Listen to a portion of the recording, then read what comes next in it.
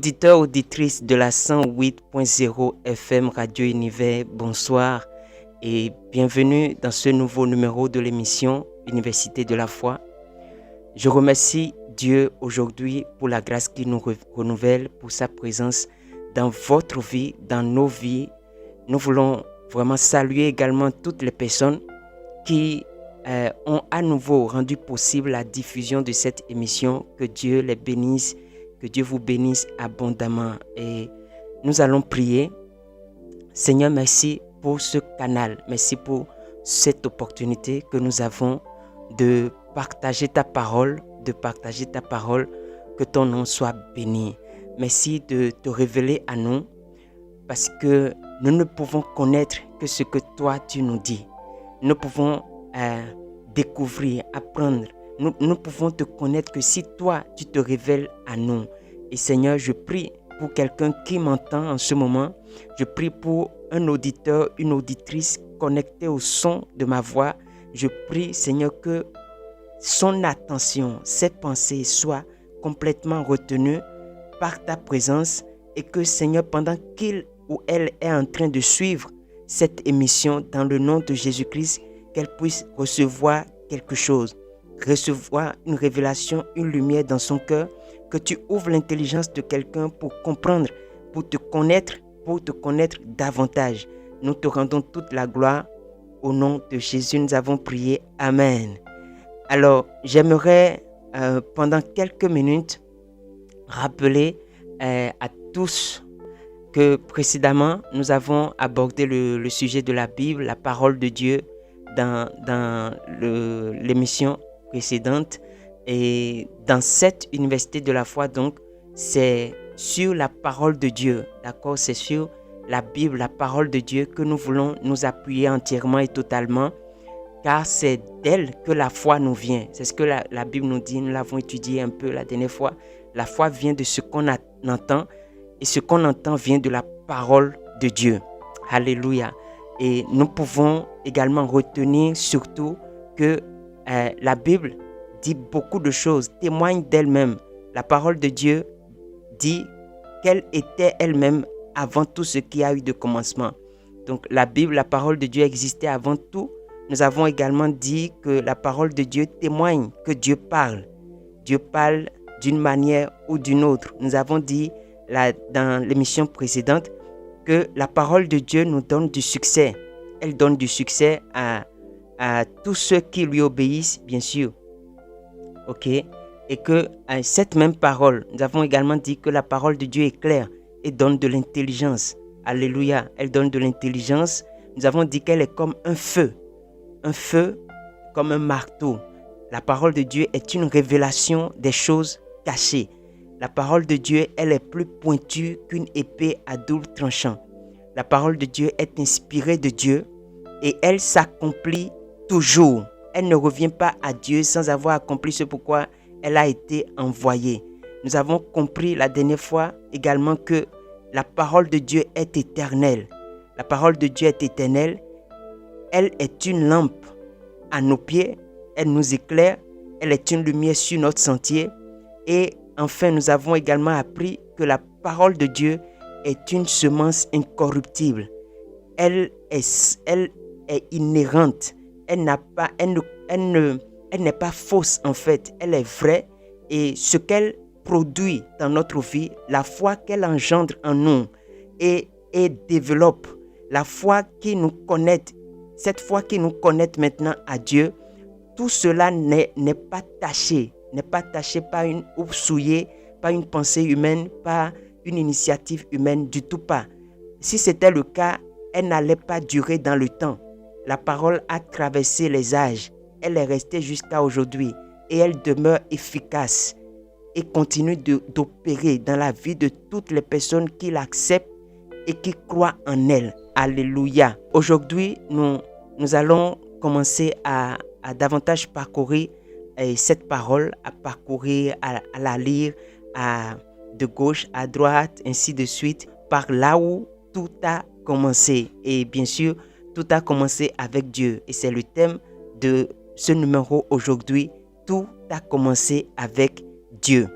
Donc, tout commence avec Dieu Si c'est pour la première fois que vous ouvrez la Bible ou que vous l'avez ouvert il y a bien longtemps ou que vous ne savez pas du tout comment vous y prendre, parce que la Bible, on l'a dit la dernière fois, elle est quand même remplie de beaucoup de livres. Elle se compose d'environ 66 livres et on peut les diviser en deux grandes catégories. Il y a l'Ancien Testament et ensuite le Nouveau Testament. Et l'Ancien Testament se compose de 39 livres et le Nouveau 27. Et donc aujourd'hui nous allons commencer par le premier livre, le livre de la Genèse, le premier chapitre, et nous allons lire ensemble les 26 premiers versets. Ok, donc si vous ne savez pas où ça se trouve, vous pouvez être guidé par la table des matières de votre Bible et chercher le livre de Genèse. C'est le tout premier livre de la Bible et le premier chapitre. Et cette parole nous dit ceci. Le premier verset dit: au commencement, Dieu créa le ciel et la terre. La terre n'était que chaos et vide. Il y avait des ténèbres à la surface de l'abîme et l'Esprit de Dieu planait au-dessus de l'eau. Dieu dit qu'il y ait de la lumière et il eut de la lumière. Dieu vit que la lumière était bonne et il sépara la lumière des ténèbres. Dieu appela la lumière jour et les ténèbres nuit. Il y eut un soir et il y eut un matin. Ce fut le premier jour. Dieu dit qu'il y ait une étendue entre les eaux pour les séparer les unes des autres. Dieu fit l'étendue et sépara ainsi l'eau qui est au-dessous de l'étendue de celle qui est au-dessus. Cela se passa ainsi. Dieu appela l'étendue ciel. Il y eut un soir et il y eut un matin. Ce fut le deuxième jour. Dieu dit, verset 9, que les eaux qui sont au-dessus du ciel se rassemblent à un seul endroit et que le sec apparaisse. Et cela se passa ainsi. Dieu appela le sec terre et la masse des eaux mer. Dieu vit que c'était bon. Puis Dieu dit que la terre produise de la verdure, de l'herbe à graines, des arbres fruitiers qui donnent du fruit selon leur espèce et qui contiennent leurs semences sur la terre. Et cela se passa également ainsi. La terre produisit de la verdure, de l'herbe à graines selon son espèce et des arbres produisit. La terre produisit de la verdure, de l'herbe à graines selon son espèce et des arbres qui donnent du fruit et contiennent leurs semences selon leur espèce. Dieu vit que c'était bon. Il y eut un soir et il y eut un matin. Ce fut le troisième jour. Dieu dit qu'il y ait des luminaires dans l'étendue du ciel pour séparer le jour de la nuit. Ils serviront de signes pour marquer les époques, les jours et les années, ainsi que de luminaires dans l'étendue du ciel pour éclairer la terre. Et cela se passa ainsi. Dieu fit les deux grands luminaires, le plus grand pour présider le jour et le plus petit pour présider à la nuit. Il fit aussi les étoiles. Dieu les plaça dans l'étendue du ciel pour éclairer la terre, pour dominer sur le jour et la nuit et pour séparer la lumière des ténèbres. Dieu vit que c'était bon. Il y eut un soir et il y eut un matin. Ce fut le quatrième jour. Dieu dit que l'eau pullule d'animaux vivants et que des oiseaux volent dans le ciel au-dessus de la terre. Dieu créa les grands poissons et tous les animaux vivants capables de se déplacer. L'eau en pullula selon leur espèce. Il créa aussi tous les oiseaux selon leur espèce.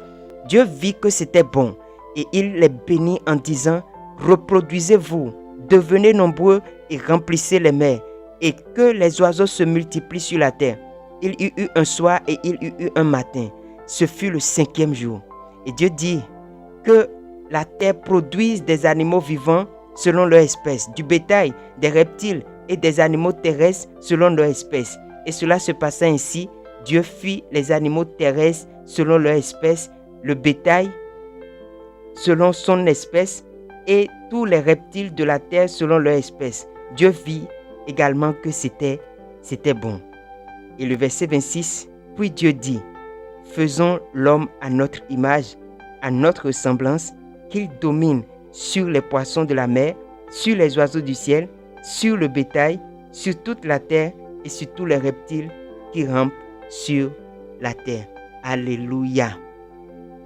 Et voilà ce que le premier chapitre du premier livre de la Bible nous dit. Au commencement, Dieu créa le ciel et la terre. Et on pouvait juste s'arrêter sur au commencement, Dieu. Au commencement, au début de toute chose, Dieu. Et lui, il ne vient pas après le commencement, non. Il était déjà là avant que tout ne commence. Et tout a commencé avec lui et par lui. Plusieurs personnes cherchent souvent à comprendre si notre Dieu est-il un Dieu, un être imaginaire créé par des hommes ou un Dieu importé par les Blancs en Afrique. Et c'est souvent des idées, des pensées qui traversent l'imagination ou l'intelligence de beaucoup d'hommes. D'autres pensent que l'univers et son contenu est le résultat du hasard ou le résultat de l'évolution, d'accord, de certains éléments naturels ou simplement une coïncidence, ce qui n'est pas véritablement le cas, parce que nous allons aujourd'hui apprendre et à travers ce passage que nous venons de lire, voir si en fait ces réalités ou ces pensées que nous avons autrefois sont réellement vraies, fondées ou pas. Et la parole de Dieu, la Bible, aujourd'hui nous aidera à trouver des réponses claires et précises parce que je suis convaincu d'une chose. De tous les livres qui existent, il y a vraiment peu qui peuvent, avec certitude, dire ces genres de paroles. En fait, dire clairement ce qui s'est passé, comment ça s'est passé. Et lorsque vous cherchez à démontrer si Dieu est réel ou pas, c'est souvent compliqué. C'est comme quelqu'un l'a dit, il est plus difficile de démontrer que Dieu n'existe pas que de prouver qu'il existe. Alléluia. Alors, premièrement, dans ce passage, nous pouvons admettre que tout ce qui existe a eu de commencement. Il n'y a rien qui n'ait eu de commencement. Nous avons vu ce texte nous parler du ciel, de la terre, des animaux, de l'homme, des eaux, des étoiles, de tout en fait. Tout. Et nous aussi, même aujourd'hui, dans notre vie quotidienne, nous pouvons vraiment remarquer que le téléphone que nous utilisons ou tous les outils, tout ce que nous essayons d'utiliser, nous les créons. Toute chose a de commencement. Tout. Il n'existe rien qui n'ait connu un commencement, qui n'a débuté un jour.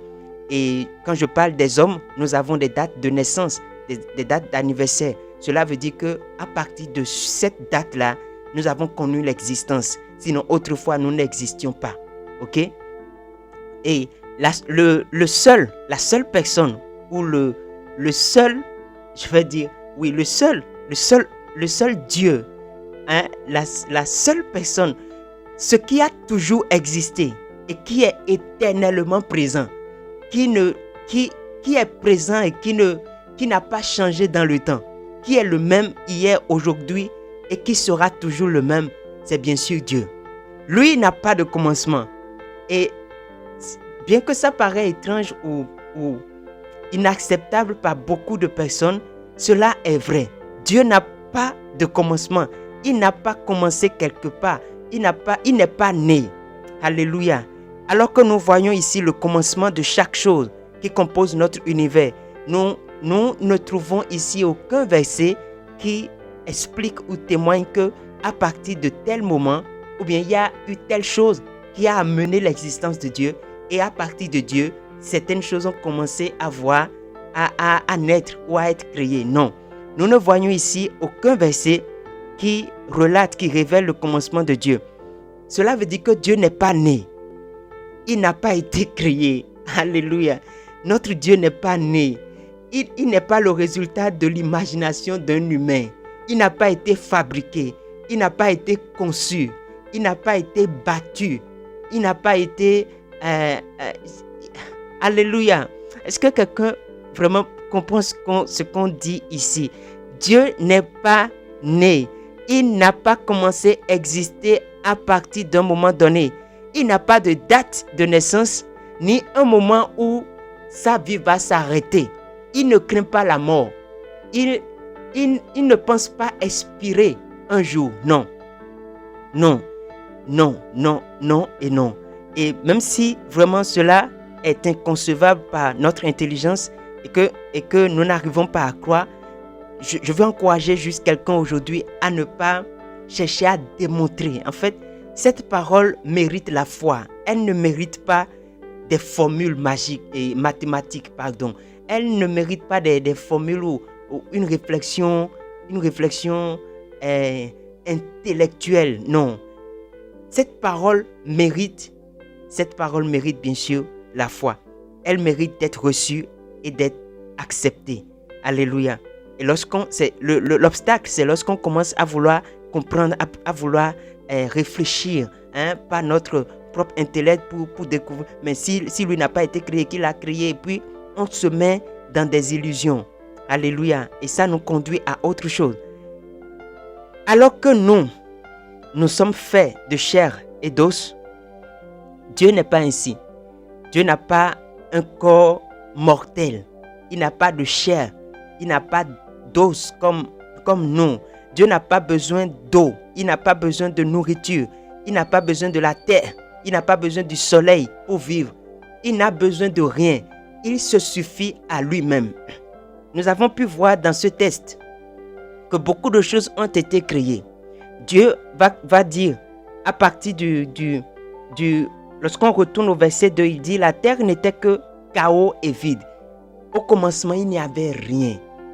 Il n'y avait rien. Dans le monde, je parle du monde physique. Il n'y avait rien.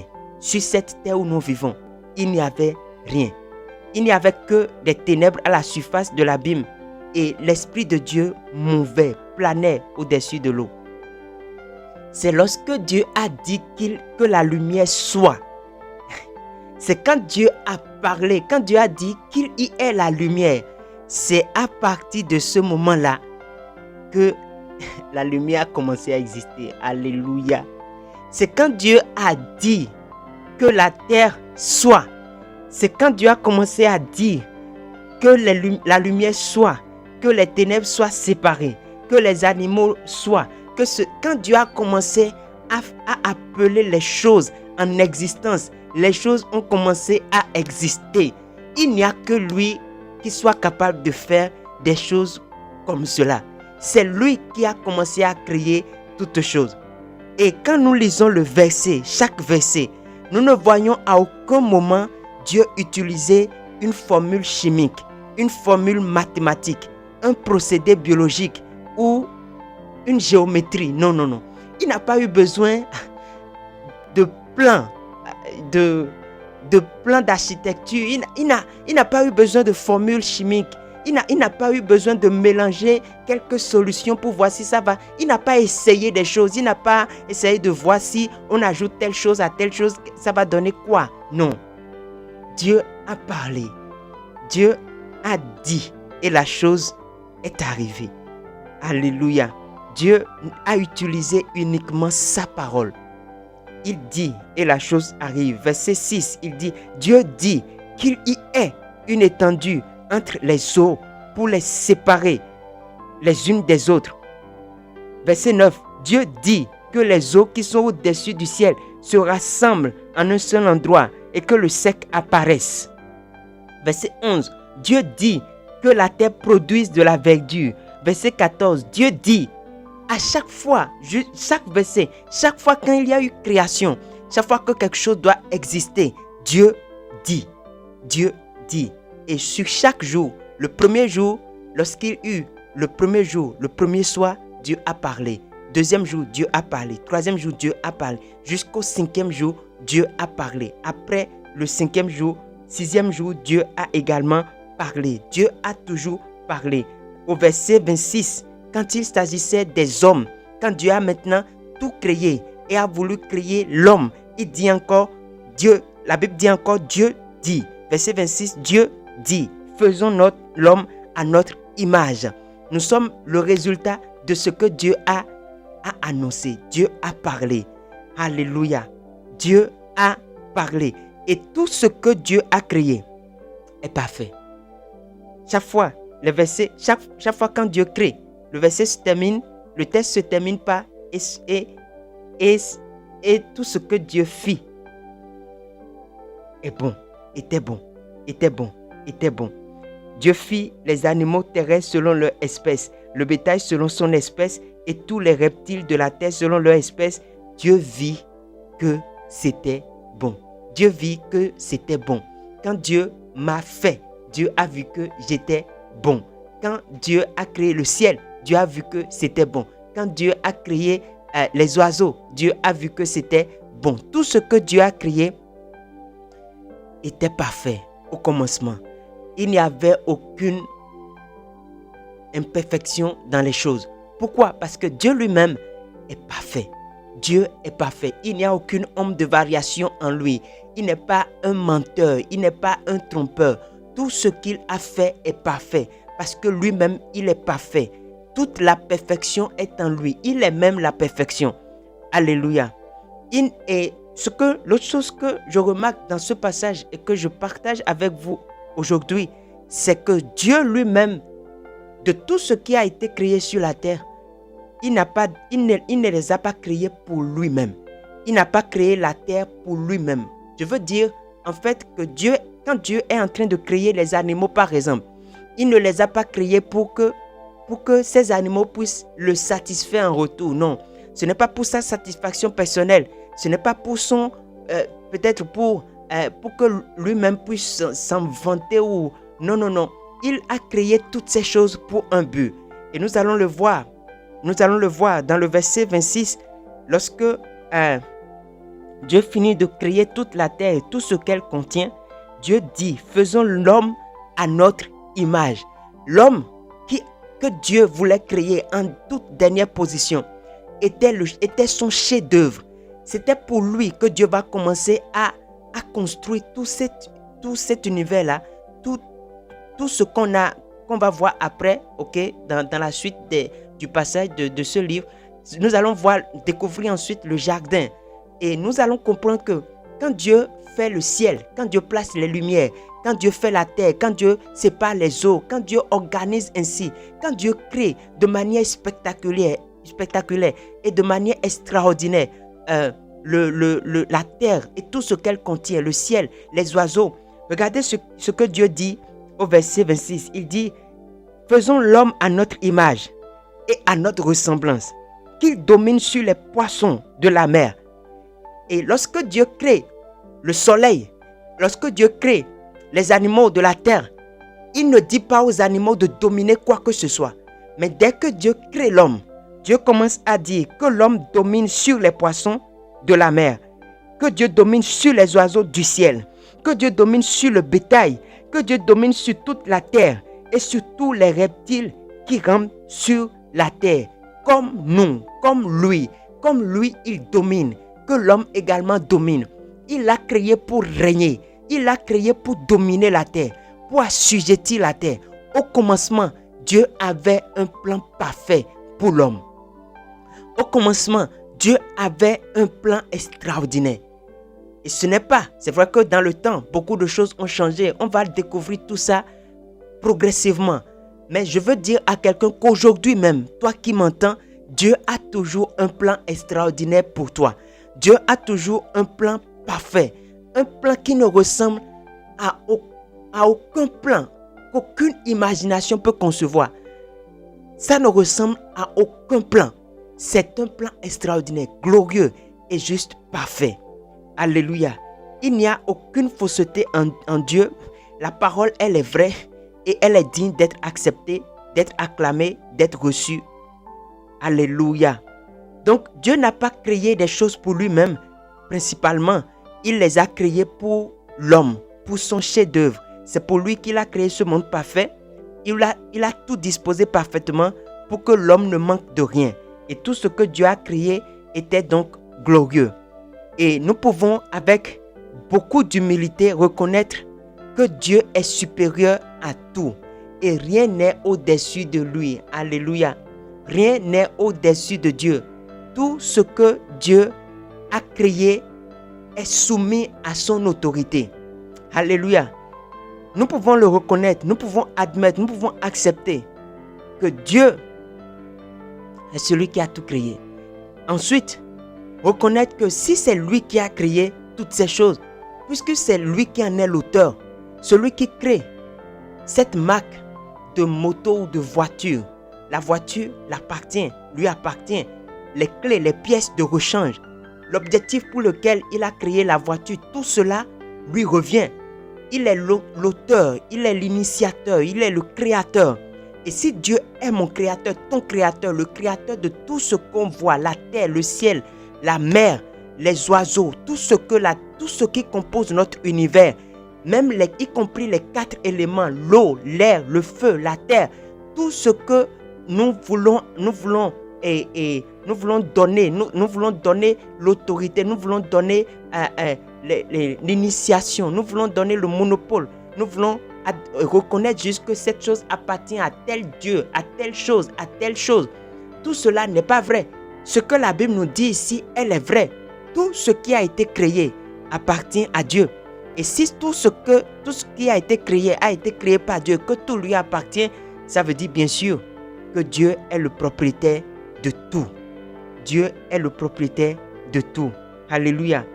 Alors, j'aimerais te demander, bien-aimé, j'aimerais te demander si avec tout ce que nous venons de comprendre, de lire, de voir dans ce passage, avec Dieu, avec celui qui a tout créé, celui par qui tout a été créé et tout existe pour lui, il est l'auteur, l'initiateur de tout, rien n'échappe à son contrôle. Il est au contrôle de tout, c'est lui qui a tout fait avant de faire l'homme pour le placer dedans. Si nous comprenons tout ça, si nous avons compris que lui n'a pas de commencement, il n'est pas né, si nous comprenons tout ça, j'aimerais reposer la question, est-ce que notre Dieu est-il un être imaginaire créé par des hommes? Non. Non. L'homme s'est peut-être trouvé des échappatoires. Il s'est peut-être trouvé un Dieu dans un serpent, dans une création. Il a trouvé un Dieu dans le bois. Il a peut-être trouvé Dieu dans toutes les autres choses que Dieu a créées. Et il est donc, comme la Bible va nous le dire plus tard, il est donc passé du Créateur à sa création. L'homme a refusé d'adorer Dieu qui l'a créé, mais il est facile pour lui d'adorer autre chose que Dieu a créé d'inférieur à lui. Parce que nous voyons dans ce passage que tout ce que Dieu a créé, il a placé l'homme au-dessus de tout. Mais aujourd'hui, malheureusement, l'homme va se prosterner, va adorer, va se prosterner devant tout ce que Dieu a créé d'inférieur à lui. Ça, c'est ce qu'on appelle une bassesse. C'est ce qu'on appelle renversement de l'ordre normal des choses. L'homme a été créé pour dominer tout, pour adorer Dieu, lui seul. Est-ce que notre Dieu, celui qui a créé la mer, est un Dieu imaginaire? Non, c'est le véritable Dieu. Ce n'est pas le Dieu que les Blancs nous ont fait connaître, non. La nature, même si les Blancs n'avaient pas existé, quand nous regardons le ciel, si nous regardons le ciel et nous ne croyons pas qu'il y a quelque chose de plus grand, d'extrêmement puissant, qui soit capable de créer cette étendue-là, qui est même inférieure à d'autres étendues sur d'autres planètes. Le ciel n'est pas le plus grand de tout ce que Dieu a créé, non, non.